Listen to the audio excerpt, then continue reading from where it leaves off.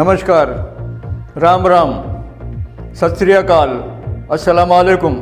मैं SK Pareek SK media से आपके साथ रूबरू हो रहा हूं और हम आज के मुद्दे के विषय में आपसे चर्चा करने जा रहे हैं। आज का मुद्दा ये है कि आपके पास जो भी समस्याएं हैं, जो भी आपकी अड़चनें हैं, जो भी आपकी दिक्कतें हैं, वो आप हमें बताइए और हम उन समस्याओं को, उन दिक्कतों को प्रतिनिधि अधिकारियों और सरकारी अधिकारियों और कर्मचारियों तक पहुंचाकर, सरकार तक पहुंचाकर उनको हल करने का प्रयास करेंगे।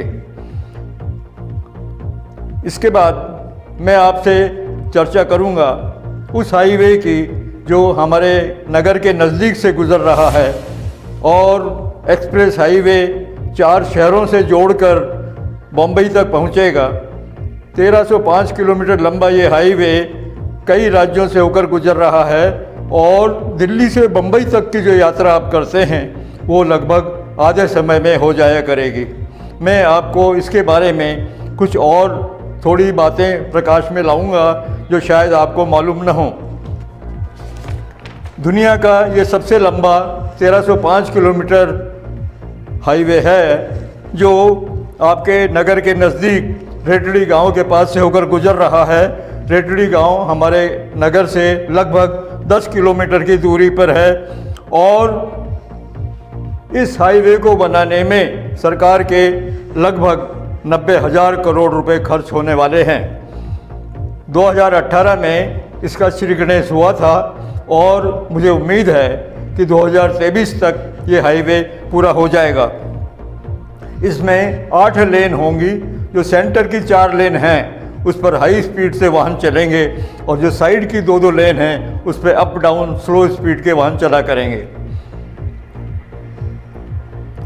इसमें सब इतना लंबा हाईवे होने के बावजूद इसमें जो सुविधाएं आप लोगों को और जनता को और जो लोग यात्री इस हाईवे से सफ़र करेंगे उनको मिलने वाली हैं कि इस हाईवे पर लगभग 75 रेस्टोरेंट का निर्माण होगा जिसपे आपको खाद्य सामग्री वगैरह मिला करेगी और इसके अलावा ATM, hotel, food court, electric वाहनों के लिए चार्जिंग स्टेशन आदि सुविधाएं भी यहाँ उपलब्ध रहेंगी और इस पर एक भी ट्रैफिक सिग्नल नहीं रहेगा। जैसा आपने देखा होगा बड़े शहरों में ट्रैफिक सिग्नल होते हैं लाल हरी लाइटों के दुर्घटनाओं से रोकने के लिए, उस प्रकार का कोई भी ट्रैफिक सिग्नल इस हाईवे के ऊपर नहीं रहेगा और सीधी स्ट्रेट गाड़ियां दिल्ली से चलकर मुंबई तक पहुंचेंगी।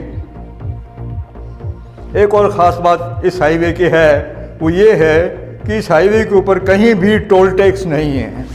जैसे आप दूसरे हाईवे के ऊपर देखते हैं कि टोल टैक्स जगह जगह गाड़ियां रुक जाती हैं, टोल टैक्स वसूला जाता है, आप आने जाने में लेट हो जाते हैं। यहाँ कोई भी टोल टैक्स उपलब्ध नहीं रहेगा। सिर्फ दिल्ली में टोल टैक्स वसूल होगा या गंतव्य पर पहुँचने के बाद मुंबई में टोल टैक्स वसूल होगा और टोल टैक्स वसूल करने के लिए सिर्फ 2 ही स्थान इसमें नियुक्त किए गए हैं। इसके साथ ही इतना लंबा हाईवे होने के साथ साथ दुर्घटनाएं होना भी आवश्यक है और दुर्घटनाएं कभी कहकर नहीं होती। दुर्घटनाओं को रोकने के लिए यहाँ पर एम्बुलेंस सर्विस का इंतज़ाम किया गया है। अगर कोई दुर्घटना होती है तो हेलीकॉप्टर से उसको गंतव्य स्थान पर पहुँचाकर उसका उचित इलाज करने की व्यवस्था यहाँ पर रहेगी। प्रत्येक 100 किलोमीटर पर ट्रामा सेंटर रहेगा। ये तो आप जानते हैं कि जब यात्रा करते हैं तो महिलाएं भी साथ में होती हैं। कभी कोई महिला संबंधी दिक्कत आ जाएगी तो उसमें ट्रामा सेंटर मददगार साबित होने वाले हैं। दर्शकों, ये हाईवे 5 स्टेट से होकर गुजरेगा। पहली स्टेट है दिल्ली, राजस्थान, मध्य प्रदेश, गुजरात और अंतिम है महाराष्ट्र जहाँ बम्बई स्थित है।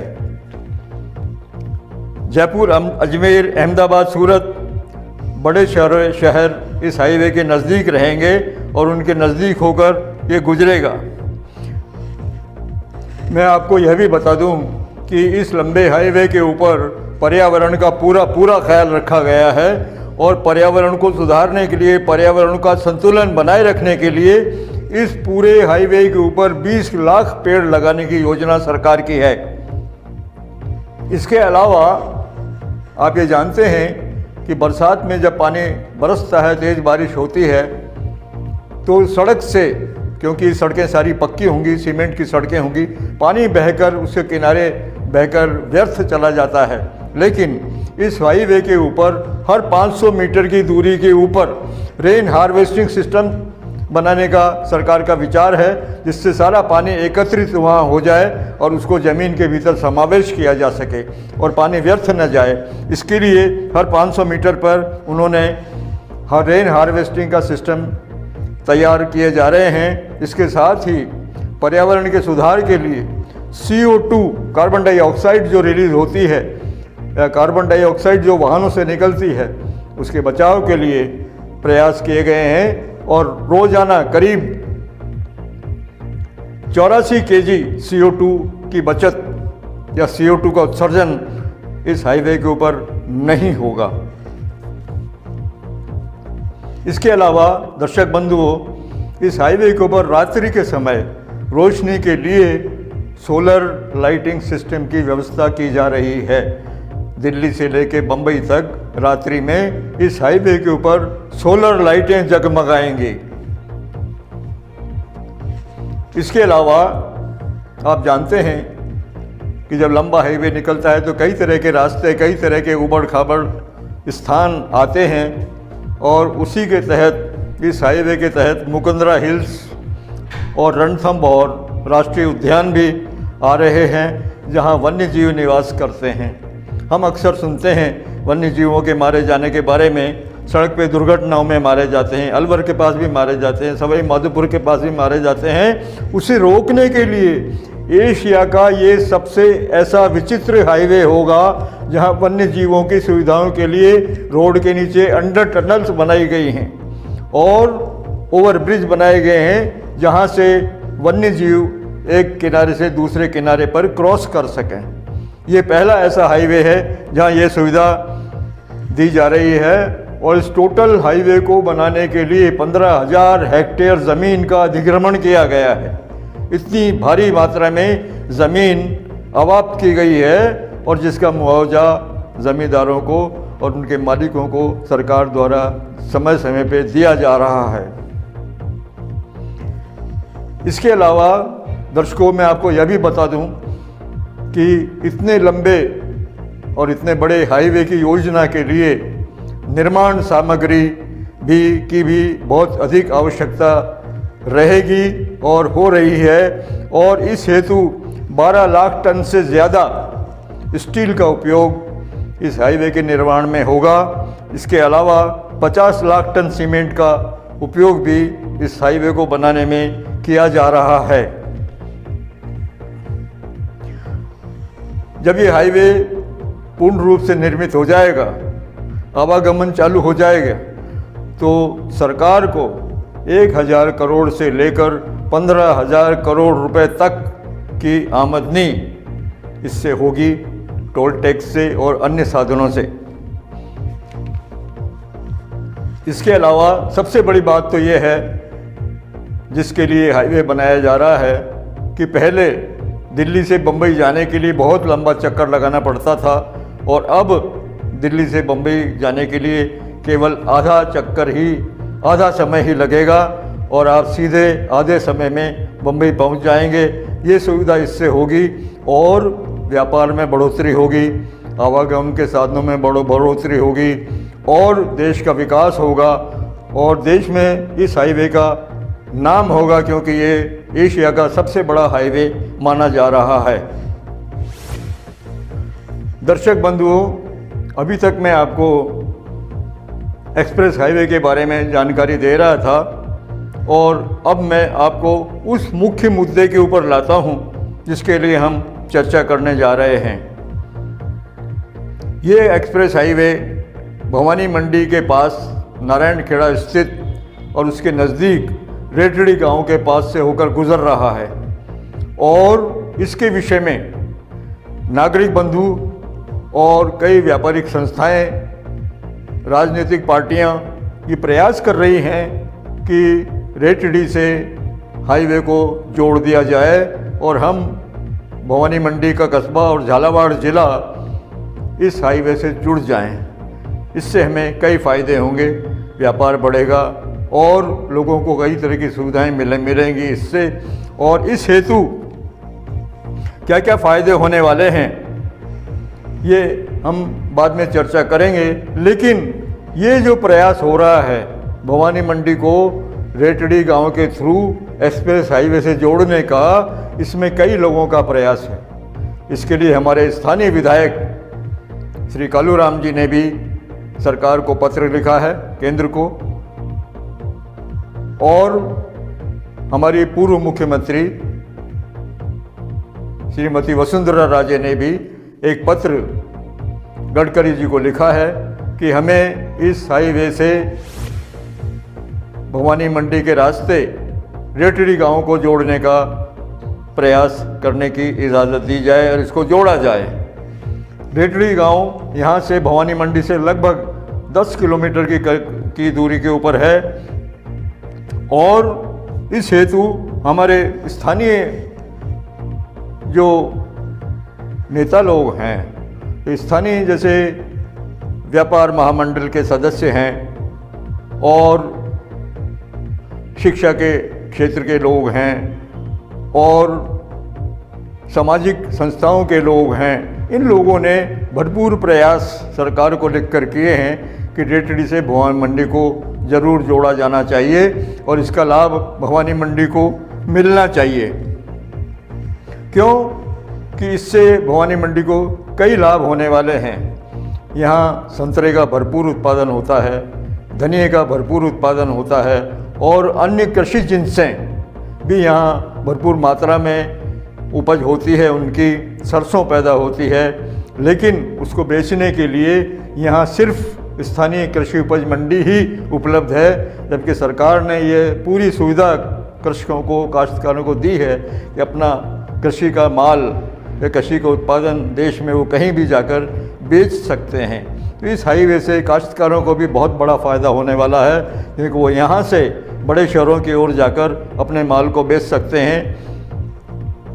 संतरा यहाँ से बड़े बड़े शहरों में जा सकता है सीधा। अभी बहुत लंबे रास्ते से संतरा बाहर भेजा जाता है, जहाँ रास्ते में वो ख़राब भी हो जाता है, दुर्घटनाएं हो जाती हैं, बहुत सी ऐसी बातें होती हैं। लेकिन इस हाईवे के बनने से कई क्षेत्रों में लोगों को लाभ मिलने वाला है। हमने यहाँ के स्थानीय जो वरिष्ठ लोग हैं उनसे भी चर्चा की है इस विषय में, और उनका क्या कहना है इस विषय में वो आप उनके मुंह से सुनिए। प्रतिपाल जी, आप व्यापार महासंघ अध्यक्ष भी हैं और समाज सेवा के लिए और जनहित के लिए लगातार भवानी मंडी शहर के लिए प्रयासरत रहते हैं। एक मुद्दा है कि एक्सप्रेस वे से लिंक की जो मांग है वो भवानी मंडी शहर कर रहा है। चूँकि समीपवर्ती मंदसौर ज़िले में तो 3 पॉइंट दिए गए एंट्री पॉइंट, लेकिन झालावाड़ के अंदर एक भी पॉइंट नहीं दिया गया है। किस तरह इस बारे में आप क्या सोचते हैं और किस तरह की मांग रहेगी आपकी? हमारे देश का और बल्कि एशिया का सबसे बड़ा एक्सप्रेसवे 8 लेन हमारे भवानी मंडी के समीप से गुजर रहा है। ये हमारे लिए सौभाग्य की बात है, लेकिन ये सौभाग्य हमारे लिए इसलिए काम का नहीं हो रहा अभी, और इसलिए ये हमारा दुर्भाग्य भी कहा जा सकता है कि भवानी मंडी को बल्कि झालावाड़ ज़िले को इस एक्सप्रेसवे से कहीं भी एक जगह भी लिंक रोड नहीं दिया गया, कहीं भी नहीं जोड़ा गया है। जबकि हमारे नज़दीकी मंदसौर ज़िले को 3 जगह जोड़ा गया है, और भवानी मंडी झालावाड़ ज़िला भी एक अच्छा व्यापारिक कस्बा है। जबकि भवानी मंडी में व्यापार हर तरह का, कपड़े का, रेडीमेड का सभी, और जीन्स का अड्डे में, कृषि उपज मंडी में हमारे यहाँ आसपास खेतों में अच्छी जीन्स होती है, धनिया, मसूर, अलसी, सभी चीज़ें अच्छी जीन्स होती है, और संतरे का हमारे यहाँ बहुत बड़ा कारोबार है। और ये सब होने के बावजूद अगर हमें लिंक मिल जाता है यहाँ से, तो हमारे व्यापार में, भवानी मंडी के व्यापार में बहुत चार चांद लगेंगे और बहुत एक मील का पत्थर, एक स्वर्णिम अवसर साबित होगा। क्योंकि संतरा अभी हमारे यहाँ से दिल्ली अगर गाड़ी भेजते हैं तो 2 दिन में पहुँचती है, और अगर हमारे यहाँ से रेटड़ी से हमें लिंक में मिल जाएगा तो भवानी मंडी से जो संतरे की गाड़ी आज भर के निकलेगी वो कल सुबह दिल्ली खाली कर देगी। मेरा कहने का मतलब व्यापार में बहुत वृद्धि होगी, और जब सभी तरह का व्यापार बढ़ेगा, जब ट्रांसपोर्टेशन बढ़ेगा, तो ट्रांसपोर्टेशन के साथ साथ यहाँ की मजदूरों को, लेबर को भी रोजगारों के अवसर मिलेंगे। अगर ट्रांसपोर्टेशन बढ़ेगा तो ट्रक ज़्यादा आएंगे तो मिस्त्रियों के काम बढ़ेगा, मिस्त्रियों का काम बढ़ेगा तो पार्ट्स का काम बढ़ेगा, होटल वालों का काम बढ़ेगा, होटल वालों का काम बढ़ेगा तो किराने का, मतलब सभी व्यापार एक दूसरे से जुड़े हुए हैं। तो भवानी मंडी के व्यापार को एक नई आयाम मिलने की, इसलिए हमें इस 8 लेन से डायरेक्टली क्या से जोड़ा जाना बहुत ज़रूरी है। अच्छा, मंदसौर जिले में के 2 मंत्री हैं जो मध्य प्रदेश शासन में 2 केंद्रीय मंत्री भी है, और उन्हीं के प्रयासों से जब पूरे मंदसौर जिले के अंदर 3 पॉइंट मिले हैं, लेकिन पूरे झालावाड़ जिले में पॉइंट नहीं मिला और मांग जो है भवानी मंडी के पास से ही की जा रही है। तो क्यों पूरे झालावाड़ जिले में भवानी मंडी के पास से ही मिलना चाहिए, मतलब कि पॉइंट? भवानी मंडी के पास से इसलिए माना जा रहा है कि एक तो एक्सप्रेस वे भवानी मंडी के करीब है, भवानी मंडी से 6 किलोमीटर पे रेडली के यहाँ से निकल रहा है। झालावाड़ जिला, झालावाड़ में जो और बाकी जगह है, झालावाड़, पाटन या मनोरधाना, खानपुर, वो इस जगह से दूर है। और चूंकि मेरी नज़र में भवानी मंडी में, झालावाड़ जिले में सबसे ज़्यादा उद्योग और सबसे ज़्यादा व्यापार भवानी मंडी में ही अच्छा माना जाता है, और जबकि अच्छा है भी।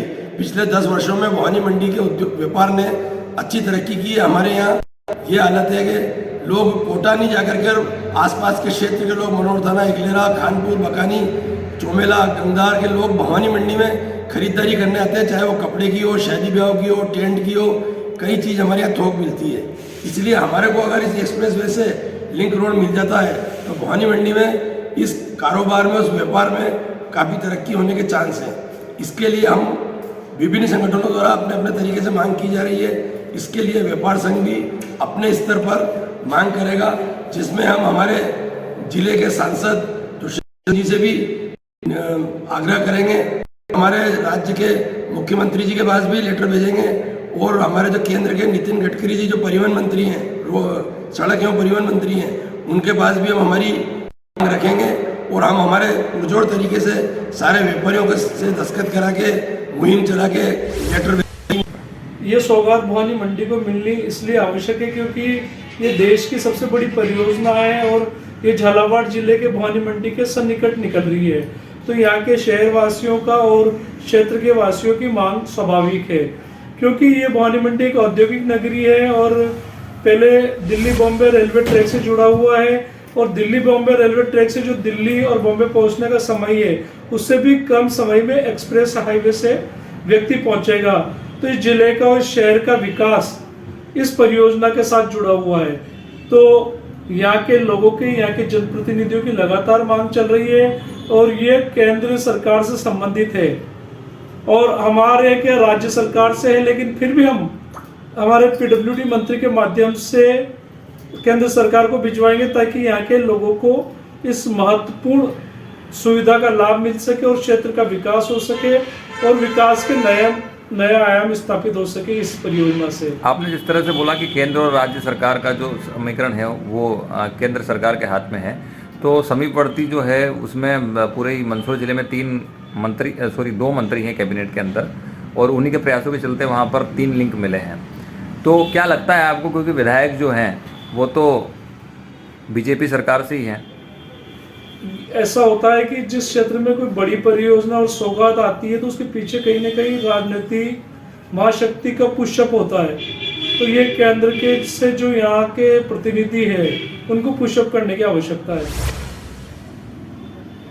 भवानी मंडी के विकास के लिए और झालावाड़ जिले, पूरे जिले के विकास के लिए रेठड़ी से एक्सप्रेस वे को अप्रोच रोड मिलना बहुत अति आवश्यक है, क्योंकि भवानी मंडी में और झालावाड़ ज़िले में व्यापार बहुतायत से है।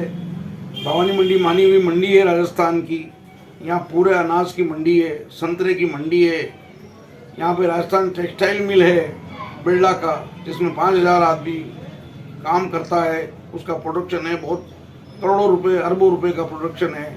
वो सब बाहर जाता है और बाहर से माल आता है।